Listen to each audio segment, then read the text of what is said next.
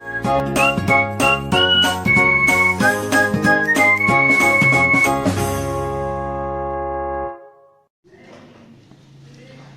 Morning बच्चों। Good morning sir. कैसे हैं आप लोग? ठीक है सर। ठीक है ना? Yes sir. आज हम लोग पढ़ने वाले हैं टेंस। टेंस पढ़ने से पहले कुछ बेसिक बातें करेंगे, उसके बाद टेंस पे आएंगे। बेसिक क्या है? तो बेसिक में हम लोग थोड़ा पता करेंगे कि सिंगुलर क्या होता है और प्लूरल का क्या होता है। सिंगुलर किसको बोलते हैं, प्लूरल किसको बोलते हैं। ठीक है, तो सिंगुलर मतलब होता है कि जहां पे एक वस्तु या व्यक्ति का बोध हो, यानी कोई भी ऑब्जेक्ट अगर सिंगल दिखे उसे क्या समझेंगे? सिंगुलर। जैसे a book, a pen, a man, है ना।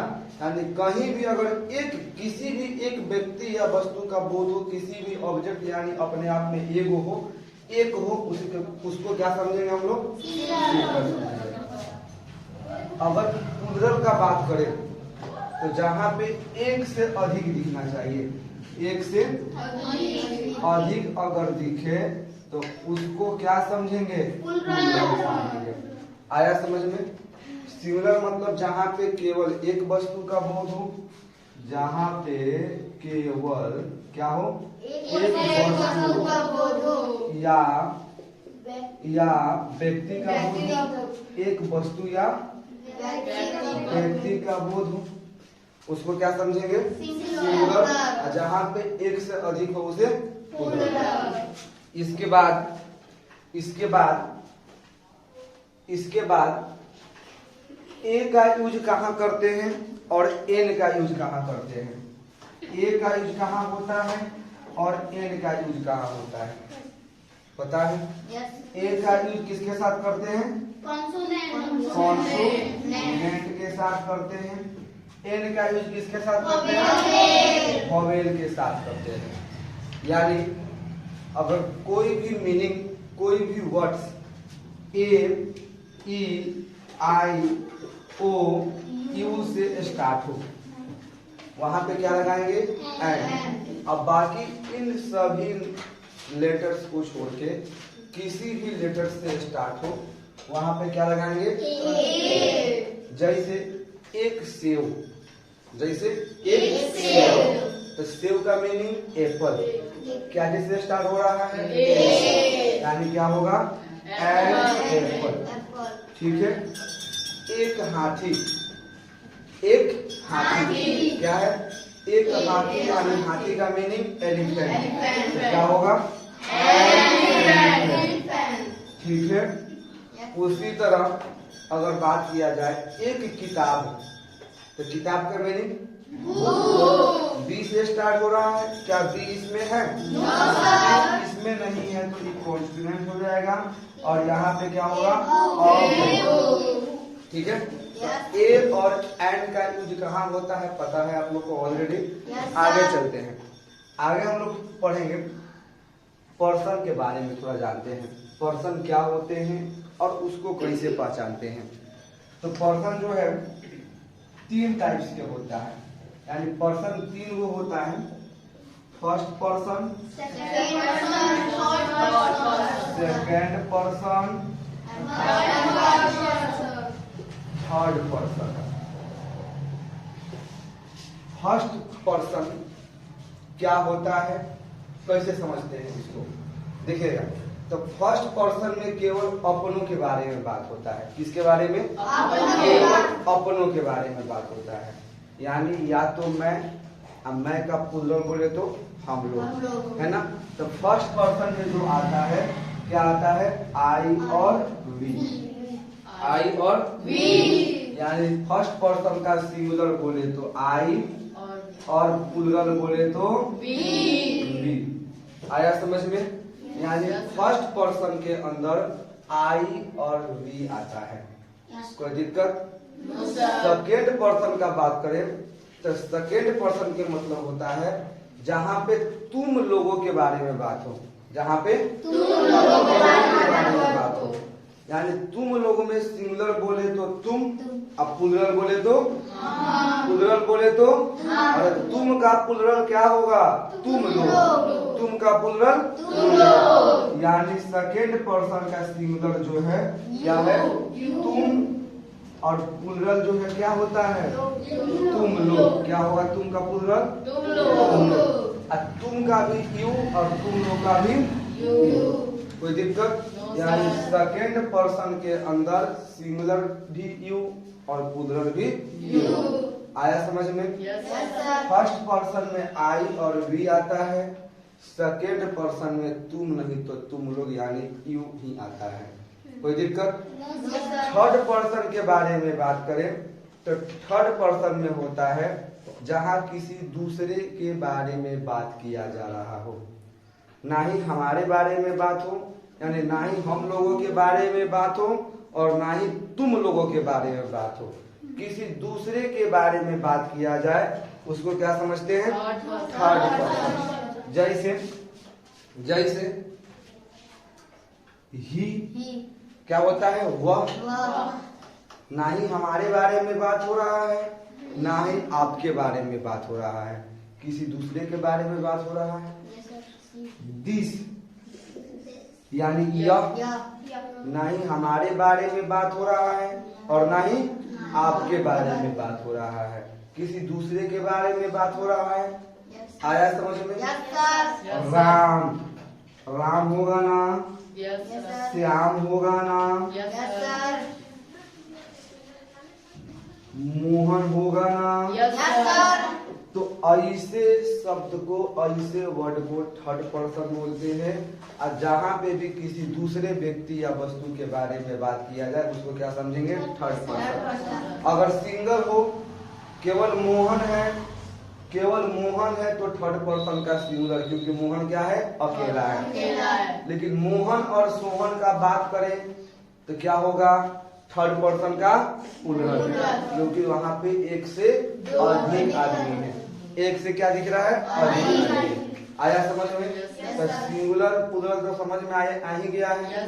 फर्स्ट पर्सन में आई और वी, सेकेंड पर्सन में यू और थर्ड पर्सन में ही सी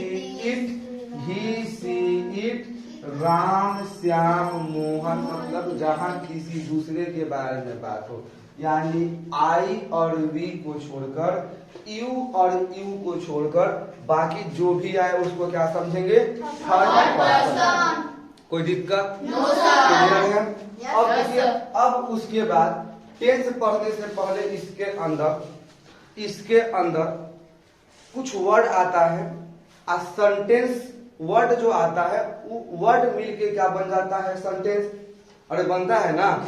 वर्ड, बहुत सारे वर्ड मिलके सेंटेंस बनते हैं और उस सेंटेंस को हम पहचानते हैं जब उस सेंटेंस जो है कौन सा टेंस में है, ये न करते हैं उसको ट्रांसलेट करने के लिए। वो जो सेंटेंस जो है उस सेंटेंस का अर्थ क्या है? सेंटेंस का अर्थ मतलब काम अभी हो रहा है कि काम हो चुका है कि काम होने वाला है ना? उस सेंटेंस से हमको पता चलता है और उसके अकॉर्डिंग उसको ट्रांसलेट करते हैं। कैसे करते हैं अभी जस्ट बताएंगे, लेकिन उससे पहले कुछ हम आप लोगों को सेंटेंस के बारे में बताते हैं। तो सेंटेंस मतलब क्या होता है? जैसे मान लेते हैं राम पढ़ता है, राम पढ़ता है, तो किसके बारे में बात हो रहा है यहाँ पे? तो हमारा सब्जेक्ट क्या हुआ? यानी किसी भी सेंटेंस के अंदर अगर जिसके बारे में बात होता है उसी को क्या समझते हैं? सब्जेक्ट। आ गया समझ में? यानी किसी भी सेंटेंस के अंदर किसी भी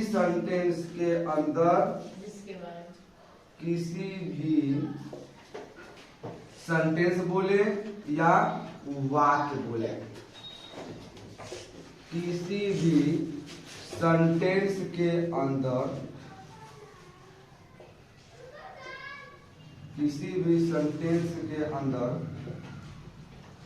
जिनके बारे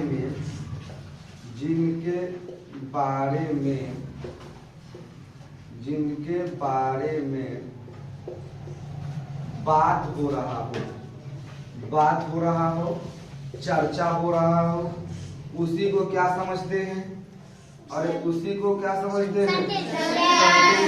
सेंटेंस समझते हैं जी। सब्जेक्ट मानते हैं। क्या समझते हैं? सब्जेक्ट। जैसे तुम चोर हो। तुम चोर हो। अच्छा आप चोर हैं जी? फिर क्या है हंसने लगे? तुम चोर हो। किसके बारे में बात हो रहा है? किसके बारे में बात हो रहा है? तुम्हारे बारे में। तो यहाँ पे सब्जेक्ट क्या हुआ? तुम, यानी यू। वह गाता है। वह गाता है। किसके बारे में बात हो रहा है? यानी सब्जेक्ट हमारा क्या हो गया? उसके बाद अगला जो होता है वर्ब होता है। क्या होता है? वर्ब। तो वर्ब को कैसे पहचानते हैं? वर्ब को कैसे पहचानते हैं तो समझिएगा, वर्ब को कैसे पहचानते हैं। तो किसी भी सेंटेंस के अंदर जब पता चले कि सब्जेक्ट हमारा क्या कर रहा है, सब्जेक्ट हमारा क्या कर रहा है, उसी को वर्ब मानते हैं। सब्जेक्ट हमारा क्या कर रहा है, यानी जो कार्य सब्जेक्ट कर रहा होता है उसी को क्या समझते हैं? वर्ब। मैं पढ़ा रहा हूँ, मेरे बारे में बात हो रहा है, सब्जेक्ट मैं। काम क्या कर रहा हूँ? पढ़ा रहा हूँ। तो वर्ब क्या हो गया? पढ़ा। आप पढ़ रहे हैं, आपके बारे में बात हो रहा है, तो सब्जेक्ट क्या है? आप। वर्ब क्या है? पढ़ाना कि पढ़ना? क्या जी? वे लोग घूम रहे हैं। वे लोग घूम रहे हैं। तो वे लोग घूम रहे हैं यानी बात किसके बारे में हो रहा है? वे लोग। तो यहाँ पे सब्जेक्ट वे लोग हुआ, लेकिन वर्ब क्या हुआ? काम क्या हो रहा है? घूमना। ठीक है। शिवम बाजार जा रहा है। शिवम बाजार जा रहा है। किसके बारे में बात हो रहा है? सब्जेक्ट क्या हुआ? काम क्या कर रहे हैं? काम जाने का हो रहा है। काम जाने वाला काम को क्या समझेंगे? वर्ब। भाई जरूरी है बाजारे जाएंगे, स्कूल तो जा सकते हैं, घरों जा सकते हैं, है ना, मंदिरों जा सकते हैं, किसी से मिलने भी जा सकते हैं। बात सही है कि नहीं है? अरे शादी भी करने जा सकते हैं, नहीं जा सकते हैं जी? जा सकते हैं, नहीं जा सकते हैं? तो जाना हमारा क्या हुआ? वर्ब। अब उसमें देखेंगे भाई जा रहा है तो कहाँ जा रहा है? बाजार। तो बाजार हो गया क्या हमारा? ऑब्जेक्ट। क्या हो गया? ऑब्जेक्ट। क्या देखेंगे? कहाँ जा रहे हैं? शादी करने। तो ऑब्जेक्ट हमारा क्या हो गया? शादी करना। आया समझ में? अब उसके बाद ये रहा हमारा टेंस का बेसिक। अब इसके बाद हम लोग स्टार्ट करने वाले हैं टेंस। टेंस क्या होता है, टेंस कैसे पहचानते हैं, कितना टाइप्स होता है, कौन कौन सा टाइप्स होता है, और उस टाइप्स के अंदर कौन कौन सा टेंस होता है, कैसे होता है, क्या यूज करते हैं, सब बताने वाले हैं अगले लेक्चर्स में। कोई दिक्कत? मिलते हैं हम लोग अगले लेक्चर्स में।